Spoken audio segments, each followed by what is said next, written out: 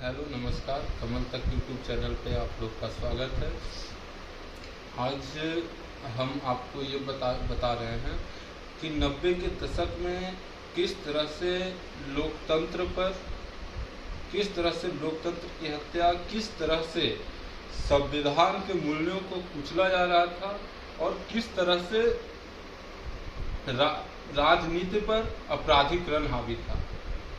बात उस समय की है, लगभग 90 का दौर का बात है, जब कृष्णानंद राय बाहुबली मुख्तार अंसारी के खिलाफ चुनाव जीतते हैं और यह बर्दाश्त नहीं कर पाता हुआ बाहुबली, यह मुख्तार अंसारी इस चीज को चूक जाता है कि मेरा वर्चस्व को किसी ने तोड़ा है।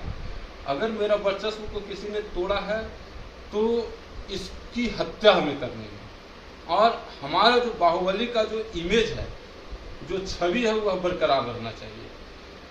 फिर लगभग 2003 की बात है, जब दोनों में क्रॉस फायरिंग होती है कृष्णानंद राय और मुख्तार अंसारी के बीच में। यूपी गवर्नमेंट के द्वारा एक अधिकारी होते हैं जो कि कर्तव्यनिष्ठ होते हैं, जो कि बेहद ईमानदार होते हैं। शैलेंद्र प्रताप सिंह को जिम्मेदारी दी जाती है कि ये दोनों का मामला आप देखिए, नहीं तो हो सकता है कोई बड़ी घटना को अंजाम ना दे दिया जाए। फिर दोनों का नंबर सबलाइंस पे रखा जाता है, जिसमें यह पता चलता है कि मुख्तार अंसारी एक बाबूलाल यादव गाजीपुर के हैं और वो भारतीय सेना में, बोले तो आर्मी में है, उससे बात करता है और कहता है कि मुझे एक एलएमजी मशीन गन चाहिए। अब एलएमजी ही क्यों चाहिए? चूंकि कृष्णानंद राय जो चलते थे बुलेट से चलते थे और बुलेट प्रूफ कार में कई तरह का लेयर होता है, जो जिस तरह की गोलियां उस पर लगती है उस तरह से बनाया जाता है, जिस तरह का मैगजीन पर उस पर हमला होता है उस तरह से बनाया जाता है और उस तरह से उसका वो रुकावट होता है, वह परत जो होती है उसकी बुलेट प्रूफ कार की। तो निश्चित रूप से पता चल चुका था मुख्तार अंसारी को कि कोई नॉर्मल बुलेट से अगर इस पर हमला किया जाए तो हो सकता है कि बच जाए। तो निश्चित रूप से वह हत्या ही करना चाहता था, इसलिए एलएमजी मशीन गन चाहता था, जिससे लगभग 1 मिनट में 500 राउंड फायरिंग होती थी। तो बात होती है, लगभग 5 करोड़ में डील फाइनल होता है और वह भगोड़ा सेना का राइफल लेके भाग जाता है, मशीन गन। फिर शैलेंद्र प्रताप सिंह एक टीम गठित करके छापा मारते हैं बाबूलाल यादव के घर पे। बहुत सारे अधिकारी होते हैं जो जाने के लिए तैयार नहीं होते हैं, क्योंकि एक ऐसा राइफल उनके पास थी, एक ऐसी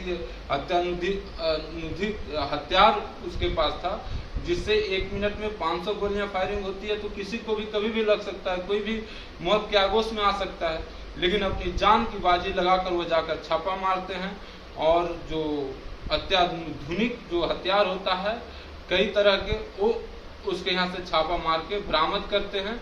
उस समय तो बहुत शाबाशी दी जाती है शैलेंद्र प्रताप सिंह को, लेकिन राजनीति पर आपराधिकरण का बढ़ावा, आपराधिकरण का दबाव तब होता है जब मुख्तार अंसारी के खिलाफ पोटा लगाते हैं, मुख्तार अंसारी पर पोटा कानून लगाते हैं। पोटा कानून लगते ही उनको प्रताड़ित किया जाता है, उनको कहा जाता है कि आप कैसे लगा दिए, आप पोटा को हटाइए मुख्तार अंसारी के ऊपर से। ये हटाने के लिए तैयार नहीं होते हैं, ये बोलते हैं कि जिस रूप में मैंने देखा और जिस तरह से हमने इस केस को हैंडल किया, पोटा तो इस पर लगना चाहिए। अभी तो खैर कांग्रेस फिर सत्ता में आई थी और उसके बाद वो पोटा को हटा देती है, पोटा कानून ही रद्द कर देती है। और पोटा कानून नहीं हटाने के कारण इनको बहुत तरह तरह से प्रताड़ित किया जाने लगा। फिर इनके साथी थे, गुप्त रूप से इनको बताते हैं कि आपसे मुख्यमंत्री इतने खफा हैं कि आपका नाम नहीं सुनना चाहते हैं और आपको हो सकता है कि कहीं बॉर्डर एरिया में आपको ट्रांसफर कर दिया जाए और उसके बाद गनर तो आपके रहेंगे लेकिन आदमी उनके रहेंगे और क्रॉस फायरिंग में आपको मार दिया जाएगा।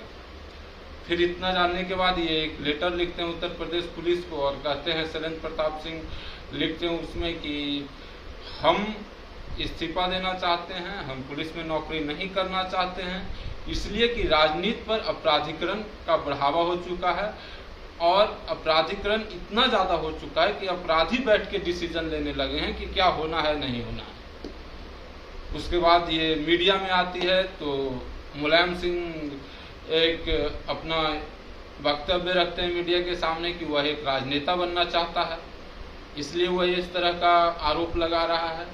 वह मुख्यमंत्री बनने का चाहत रखता है, इसलिए इस तरह का आरोप लगाया जा रहा है। 15 दिन बाद फिर एक लेटर देते हैं और कहते हैं हमें नौकरी ही नहीं करनी है, इसलिए मेरा इस्तीफा मंजूर किया जाए। उनका इस्तीफा मंजूर होता है, उसके बाद भी उनको प्रताड़ित किया जाता है। और सोचिए, एक लोकतांत्रिक देश में, एक लोकतांत्रिक प्रदेश में जहां संविधान का राज चलता है, वहां एक ईमानदार पदाधिकारी को इस तरह से एक गुंडे कहें, एक बाहुबली के लिए, एक मुख्तार अंसारी के लिए उसे फिर भी प्रताड़ित किया जाता है। उसके ऊपर एक FIR होता है। जब अपने जो टीम के साथ जो छापा मारे थे कुछ बात को लेकर के वो जाते हैं DM ऑफिस, वहां पर एक चपरासी के द्वारा इनके ऊपर FIR किया जाता है कि DM ऑफिस को ही बंधक बना लिए, यानी कि एक आतंकवादी बना दिया जाता है एक पुलिस ऑफिसर को। तो कैसे इस चीज को हम कहें कि उस समय लोकतंत्र की हत्या नहीं हुई, उस समय संविधान के मूल्यों को तहस नहस नहीं किया गया। अपना इंटरव्यू जब आप देखिएगा कभी शैलेंद्र प्रताप सिंह का, तो रो देते हैं, उनके आंखों में आंसू आ जाती है। उनके परिवार पे हमला होने का, उनके परिवार को मारे जाने का खतरा होता है। अब जब वो हट जाते हैं, त्याग पत्र देते हैं, तो निश्चित रूप से कोटा लगता नहीं मुख्तार अंसारी पे, और वह कोटा हटा दिया जाता है और एक ही धारा बच जाता है, वह आर्म्स एक्ट का धारा लगा होता है। फिर कोर्ट में जाया जाता है, कोर्ट में मुख्तार अंसारी द्वारा कहा जाता है, एक लाइन में किस तरह से न्यायपालिका भी हाईजैक हो जाती है। जब सत्ता और प्राधिकरण अपराधी दोनों मिल जाते हैं तो किस तरह से न्यायपालिका के भी हाईजैक हो जाता है, इस बात का उदाहरण आपको प्रदर्शित करता है और बताता है। चूंकि मुख्तार अंसारी ये कोर्ट में बताता है कि हम में तो कुछ मतलब थी नहीं, और हम जो है सो बाबूलाल यादव को पकड़वाने के लिए ऐसा बोल रहे थे। आप जब बाबूलाल यादव को पकड़वाने के लिए जब बोल रहे थे और कोर्ट हरी झंडी दे देती है और कोर्ट अपराध मुक्त बना देती है मुख्तार अंसारी को, सोचिए कि ये कैसा साजिश करता जो कि एक सिटिंग विधायक को गोलियों से भून देता है। उसके बाद ही 2005 में लगभग अपने कार से अपने समर्थकों के साथ जाते हुए लगभग 60 से 70 गोलियां मारी जाती है कृष्णानंद राय को, और उनके साथ 7 लोगों की निर्मम हत्या कर दी जाती है। अगर उस समय पोटा कानून लग गया होता उस बाहुबली पर, तो ना जाने कितने जो उसके शिकार हुए हैं, कितने मासूम उसके शिकार हुए हैं, और वह रॉबिन हुड का जो उसका इमेज है बाहुबली का, कब का खत्म हो गया होता। लेकिन हमारे देश में और हमारे प्रदेश में हमेशा से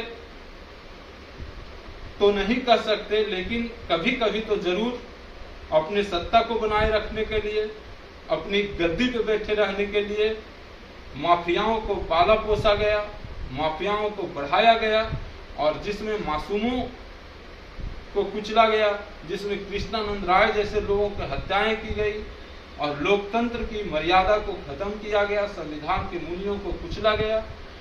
हमारा ये कहानी जो है वह एक बार पुलिस ऑफिसर की ओर इशारा करना था जो अपने कर्तव्य पे अडिग थे, उनको प्रताड़ित किया गया। अगर उसी समय अगर उनके बात को रखा जाता और राजनीति पर अपराधीकरण हावी नहीं होता, तो शायद उसी समय वह बाहुबली मुख्तार अंसारी का खात्मा हो जाता और वह बाहुबली के रूप में दरिंदा पैदा नहीं होता। और लास्ट में हम आपसे ये कहेंगे कि मेरा चैनल को सब्सक्राइब करें और निश्चित रूप से कमेंट करें, जिससे हमें और अच्छा से अच्छा वीडियो और अच्छा से अच्छा कहानी आपके लिए लाने का उत्साह मिले। धन्यवाद।